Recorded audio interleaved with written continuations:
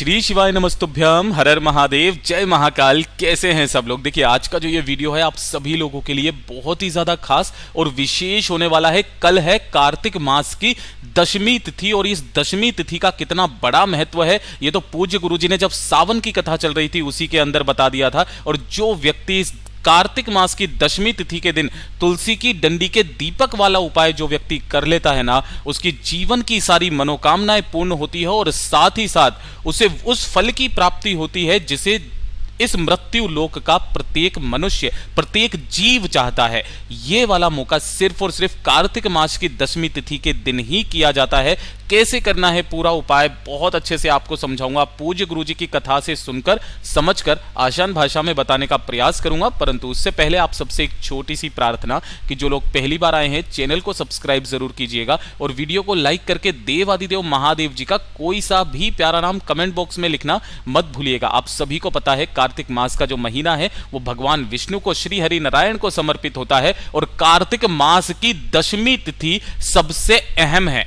जैसे सावन की दशमी तिथि के दिन पूज्य गुरुजी ने बताया था, उसी तरीके से जो कार्तिक मास की दशमी तिथि के दिन जो भी व्यक्ति तुलसी की डंडी का उपाय कर लेता है ना, उस व्यक्ति का फिर वापस जन्म नहीं होता है। वो व्यक्ति मृत्यु लोक की यातनाएं नहीं भोगता है। और जो भी आप अपनी मनोकामना कह करके इस उपाय को कर लेते हैं ना, आपकी सारी मनोकामनाएं देवादिदेव महादेव साथ ही साथ श्री हरि नारायण विष्णु पूरा जरूर करते हैं। ध्यान से सुनते चले जाना, समझने की कोशिश करना। इस पूरे वीडियो के अंदर हम लोग 3 महा उपायों के बारे में बात करेंगे जो कि आपकी हर एक मनोकामना की पूर्ति करेगा और जो इस मृत्यु लोक का मनुष्य जीव चाहता है ना, उस जीव की आपको प्राप्ति होगी। सबसे पहले बात करते हैं पहले वाले उपाय की। ठीक है, देखिए पहला वाला उपाय, अगर आप उपाय करते करते थक चुके हो, आपकी कोई मनोकामना पूरी नहीं हो रही है और आपको अगर इस मृत्यु लोक में यश की प्राप्ति चाहिए, अगर आपको इस मृत्यु लोक के अंदर अपने आप को शांति की अनुभूति दिलानी है ना, ताकि आप हमेशा समृद्ध रहें, कभी किसी चीज की कमी ना हो, और जो एक आनंद की अनुभूति अगर आप चाहते हैं, तो कार्तिक मास की दशमी तिथि के दिन, ध्यान रखना मैं बार बार इस तिथि को बोल रहा हूं, इसके अलावा इस उपाय को कभी और नहीं कर सकते हैं। कार्तिक मास की दशमी तिथि के दिन इस तुलसी की डंडी वाला उपाय जरूर करना है ना। आपकी सारी मनोकामनाएं पूरी होगी, आपके घर में सुख शांति समृद्धि हमेशा बनी हुई रहेगी। और इसके क्या क्या फल मिलते हैं वो भी मैं आपको बता देता हूं। कैसे उपाय करना है ध्यान से सुनिएगा। आपको इसके लिए एक दीपक तैयार करना है, ठीक है, लेकिन जो चित्र में आपको दीपक दिखाई दे रहा है इस तरीके का आपको दीपक तैयार नहीं करना। दीपक आपको मिट्टी का ही लेना है, लेकिन जो रुई की बत्ती लगा करके रखी है, ये रुई की बत्ती नहीं लगेगी। आप सभी के घरों में इस तरीके से तुलसी माता जी का घर हुआ या तुलसी माता जी का पौधा होगा ही सही, जिसकी आप पूजा अर्चना करते हैं, ठीक है। आपने देखा होगा आसपास कहीं पर भी इसकी सूखी डंडियां कुछ डली हुई रहती है ना।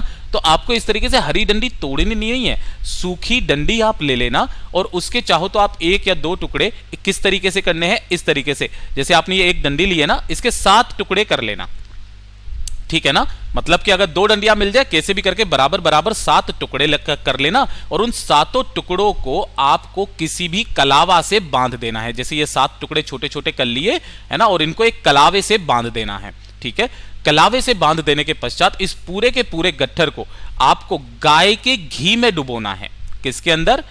गाय के घी में डुबोना है। और जो आपने मिट्टी का दीपक लिया है ना, उसी मिट्टी के दीपक के अंदर उन सभी की सभी पत्तियों, वो डंडियों को जो आपने ली है ना, जो आपने किससे बांधी हुई है, मोली से बांधी हुई है, इस तरीके से लगाना और इसके अंदर भर देना गाय माता का घी।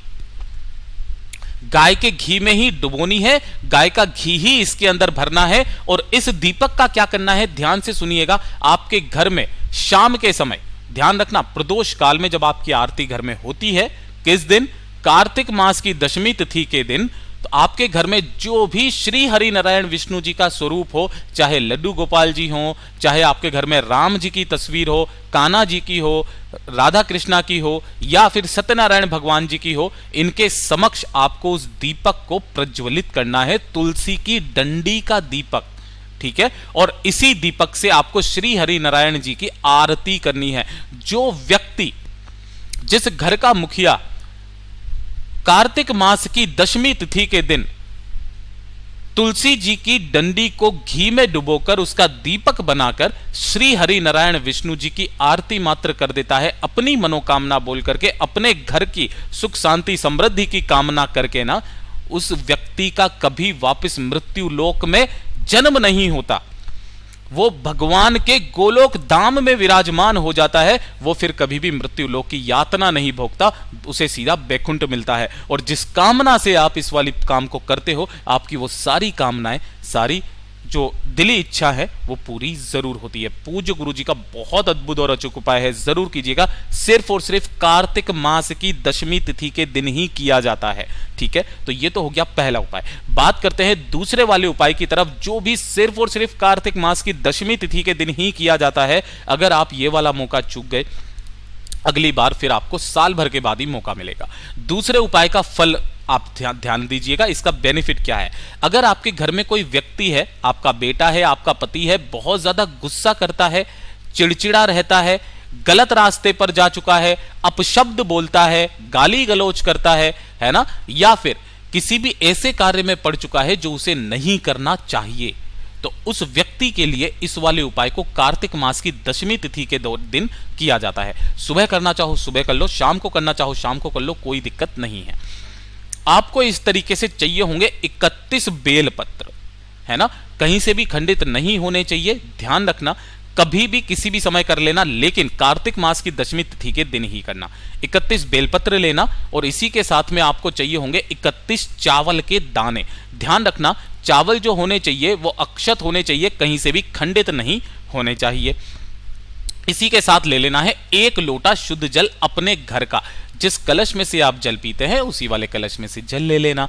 ठीक है, इन तीनों चीजों को लेकर के पहुंच जाना देवादिदेव महादेव जी के मंदिर शिवलिंग के पास। अब ध्यान से सुनना, अगर आपको कोई पूजा अर्चना करनी है तो पहले पूजा अर्चना कर लेना, उसके पश्चात आपको उत्तर दिशा नॉर्थ डायरेक्शन की तरफ मुंह करके सबसे पहले 1 लोटा शुद्ध जल आपको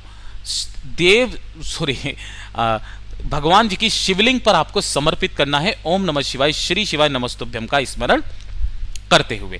उसके पश्चात जो आपके पास में 31 बेलपत्र और 31 चावल के दाने हैं ना, ध्यान से सुनिएगा कैसे करना है। आपको एक बेलपत्र लेना है, उस एक बेलपत्र की बीच वाली पत्ती पर आपको यहां पर एक अक्षत चावल का दाना इस जगह पर रखना है और इस बेलपत्र को आपको इस जगह से पकड़ करके महादेव जी की शिवलिंग पर समर्पित करना है। कैसे?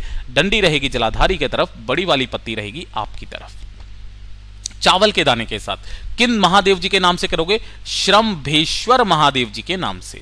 श्रम्भेश्वर महादेव जी के नाम से उस व्यक्ति का नाम और गोत्र बोलना जिसके लिए आप इस उपाय को कर रहे हो। एक बेलपत्र, इसी तरीके से हर एक बेलपत्र पर एक एक आखा चावल का दाना रख करके महादेव जी की शिवलिंग पर समर्पित करे जाइए। पूरे के पूरे 31 आपको चढ़ाने हैं। उसके पश्चात झोली पसार करके उस व्यक्ति का नाम और गोत्र बोल करके महादेव जी से कामना करना कि वो अपना गुस्सा छोड़ दे, गलत रास्ते पर जा चुका है वो छोड़ दे, अगर वो गलत संगति में है, अपशब्द बोलता है, चिड़चिड़ा है, उनकी सारी परेशानियों को दूर कर दे। सिर्फ और सिर्फ कार्तिक मास की दशमी तिथि के दिन परिवार का कोई भी व्यक्ति अगर उस व्यक्ति के लिए इस उपाय को कर लेता है ना, वो व्यक्ति गुस्सा छोड़ करके अपने सही आचमन में आ जाता है, सही अनुशासन में आ जाता है। वो गलत का रास्ता ही हमेशा के लिए छोड़ देता है और अपना गुस्सा भूल जाता है। पूज्य गुरु जी का बहुत ही अद्भुत और अचूक उपाय है, जरूर कीजिएगा। बात कर लेते हैं आज के इस वीडियो का सबसे आखिरी, सबसे अंतिम और सबसे अचूक उपाय, जो कि होता है सिर्फ और सिर्फ धन संपदा को बढ़ाने के लिए। और कार्तिक मास की दशमी तिथि सबसे बड़ा दिन है इस वाले उपाय के लिए। अगर आपने इस वाले उपाय को कार्तिक मास की दशमी तिथि के दिन कर लिया ना, आपको धन संपदा बढ़ाने के लिए किसी और उपाय को करने की जरूरत नहीं पड़ेगी। ध्यान से सुनिएगा, आपको लेने होंगे शमी के पत्ते। कितने शमी के पत्ते? जितने शमी के पत्ते आप ले सको उतने शमी के पत्ते लेना। ये वाला एक पत्ता नहीं होता है, आपको यहां से तोड़ना, ये वाला एक शमी का पत्ता है। जितने शमी के पत्ते लेने हो उतने शमी के पत्ते लेना। 1 लोटा लेना है आपको शुद्ध जल अपने घर का, जिस कलश में से आप जल पीते हैं। और तीसरे नंबर पर लेना होगा आपको शहद। ठीक है, जितना शहद लेना चाहो उतना शहद आप ले लेना। ठीक है, और इन तीनों चीजों को लेकर के पहुंच जाना देवादिदेव महादेव जी के मंदिर शिवलिंग के पास में। जैसे ही आप यहां पर पहुंचेंगे, उत्तर दिशा नॉर्थ डायरेक्शन की तरफ मुंह करके खड़े हो जाना।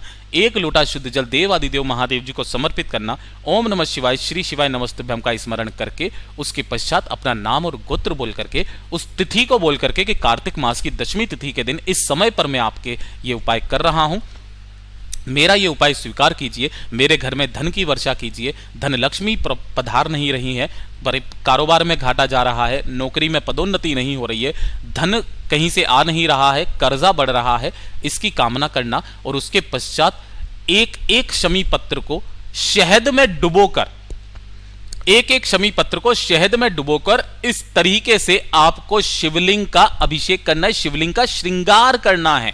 गुरुदेव ने कहा है कि शिव महापुराण की कथा कहती है कि जो व्यक्ति शहद में शमी पत्र को डुबोकर शिवलिंग का श्रृंगार कर देता है ना, मेरा बाबा उसके जीवन का श्रृंगार धन से कर देता है, उसके जीवन में फिर कभी धन की कमी नहीं होती है, माता लक्ष्मी जी का सदैव उसके घर में वास होता है।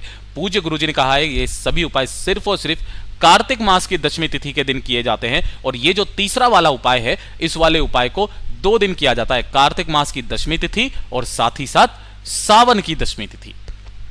सिर्फ जो व्यक्ति इन उपायों को कर लेता है उसके जीवन की सारी परेशानियां खत्म हो जाती है। पूज्य गुरुजी ने जैसा अपनी कथाओं में बताया वैसा आसान भाषा में आपको बताने का संपूर्ण प्रयास किया। वीडियो अगर पसंद आया हो तो लाइक जरूर करना, साथ ही साथ चैनल को सब्सक्राइब जरूर कीजिएगा। मैं मिलता हूं आपसे अगले वीडियो में, तब तक के लिए ओम नमः शिवाय, जय महाकाल।